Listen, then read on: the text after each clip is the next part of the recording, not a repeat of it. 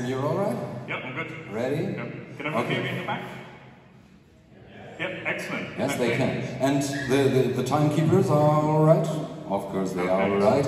I won't ask in the direction of music if they are all right. The audience is all right? Yeah? Okay. Seems like they are, Sam. You already told me that you're all right and ready to start, so I would say, how do you say it? Auf die Plätze. Ready, steady, science, slam! Okay, well thank you for that nice introduction. So, good evening everyone. My name is Sam Cooper and I'm a paleontologist. Now when most people hear that I'm a paleontologist, they typically think of two things. They either compare me to Ross from Friends, or that bloke from Jurassic Park who likes to cuddle sick dinosaurs. And both of these franchises together depict a somewhat, let's say, romanticised version of paleontology, whereby all we actually do all day is dig up dinosaurs in the desert, terrify children, and date very beautiful women. Now, I'm happy to say that two of these things are correct. However, paleontology is much more than that. Actually, it's an interdisciplinary science that quite often requires some imaginative solutions to often what on the surface might be very simple or very complicated problems to solve.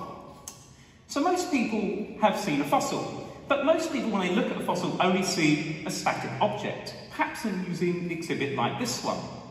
But it's the role of a paleontologist sees fossils very differently. Rather, we see a fossil as an archive of very important information that can tell us a lot about the evolution of life, how ecosystems and climates have changed throughout the history of the planet itself.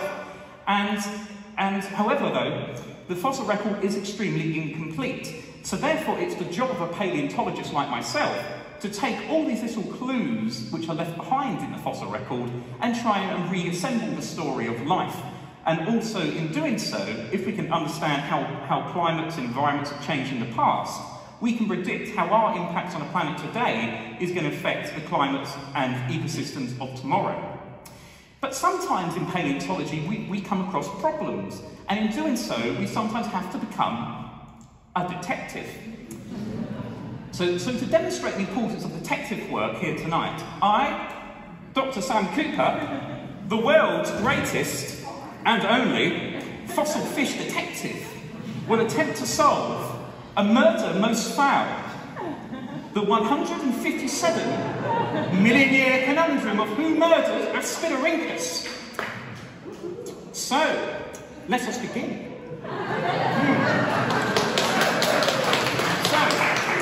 The victim, Aspidorhynchus. Now, Aspidorhynchus is a bony fish which lived in the Upper Jurassic period.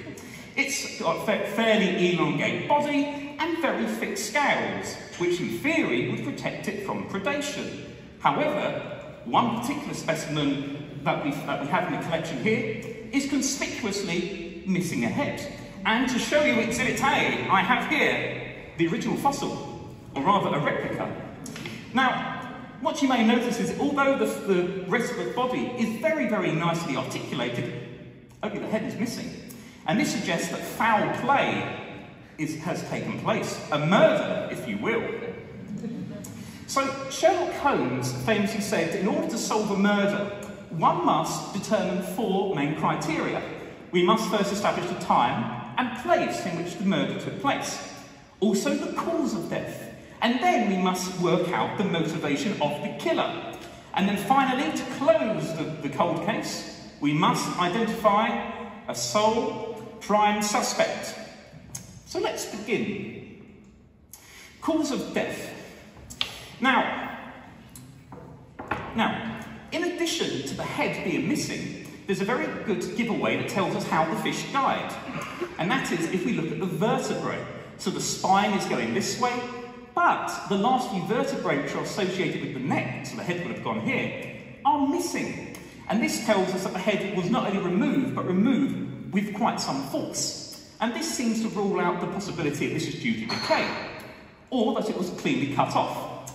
Instead, it suggests that the murder was much more violent, with the head being bitten and forcibly torn away from the body. therefore indicating a very violent and premeditated murder, a murder which involved a savage beheading.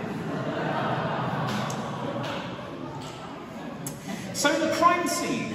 The fossil was found in the year 2002 by my colleague, Dr. Günther Schweigert, who's on the board here. It was found in a quarry called Nussblingen, which is approximately 2 hours south here of Stuttgart. And the fossil was found in rocks which date to the Upper Jurassic, which are approximately 157 million years old. And here you can see a photo of the excavation, and here is the fossil right here. But if we go back in time to the Upper Jurassic, Nussblingen was a very different place. It was flooded by a shallow sea and was most likely a very warm reef environment, for example, like the Bahamas today.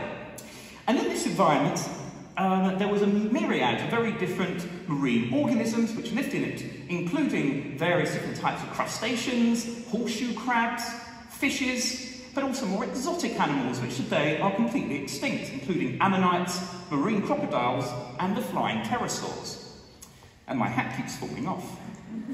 So, what was the motivation for the murder? Why would someone want to perpetrate such a heinous crime? Well, perhaps Aspidorhynchus committed adultery and was later murdered by a jealous ex-lover. Was he caught up in some kind of gang violence and was in the wrong place at the wrong time? Or perhaps he tried to break bad and it didn't end well. But I think we can all agree that given that monogamy and organised crime are very much human inventions, the only plausible explanation is that simply something was hungry and so decided to bite its head off. But the main question is, who done it? That's what we want to discover here tonight. So for this, I've lined up 4 prime suspects. We have a marine crocodile, a shark, a bigger fish, or, as a bit of a left field suspect, Günther Schweigert himself.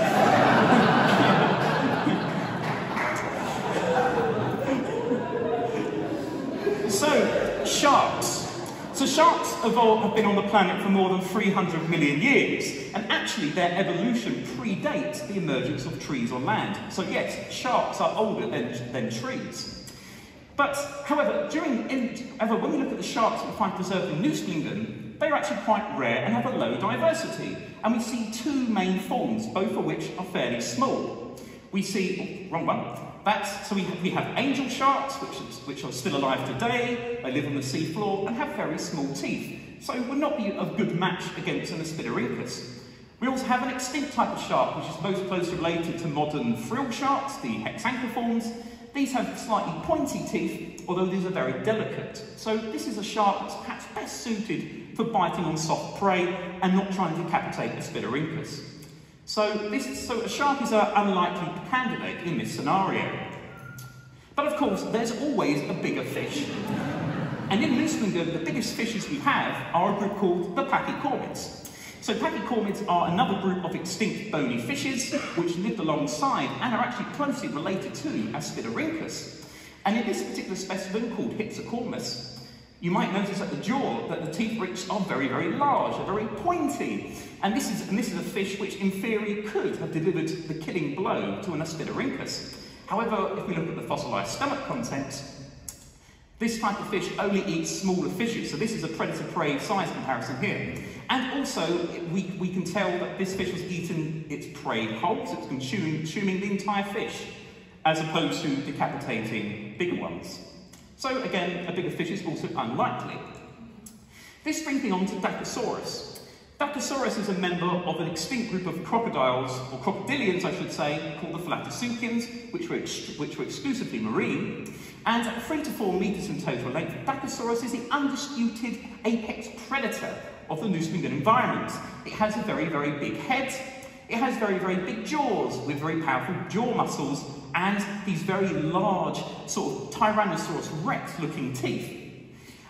And these is on modification which have been well suited to macrophagy, meaning it can probably capture and eat anything it can fit in its mouth, including a Dacosaurus. And just for proof, a Dacosaurus tooth was found at the crime scene, putting Dacosaurus at the place at the right time. So, quick speed through, so you're highly plausible. Or was it Gunther? Now, Gunther is a terrestrial biped. He has a mammalian dentition, and his diet is mostly composed of schnitzel and beer. So on these criteria, we can eliminate Gunther as the prime suspect. So, in conclusion, we've established the when, the what, the how, and the why, but the question is, who killed Aspidorhynchus? So, therefore, based on the evidence available to me, I therefore deduce that the killer must have been none other than Dacosaurus. So, Dacosaurus fits all the criteria what we would expect to see in the killer. It has a big mouth, and it's very hungry. And on that note, I'd like to thank you very, very much for listening, and I say, case closed.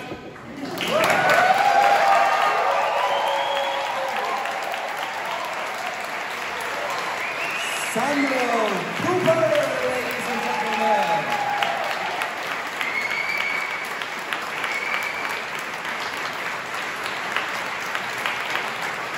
Beautiful.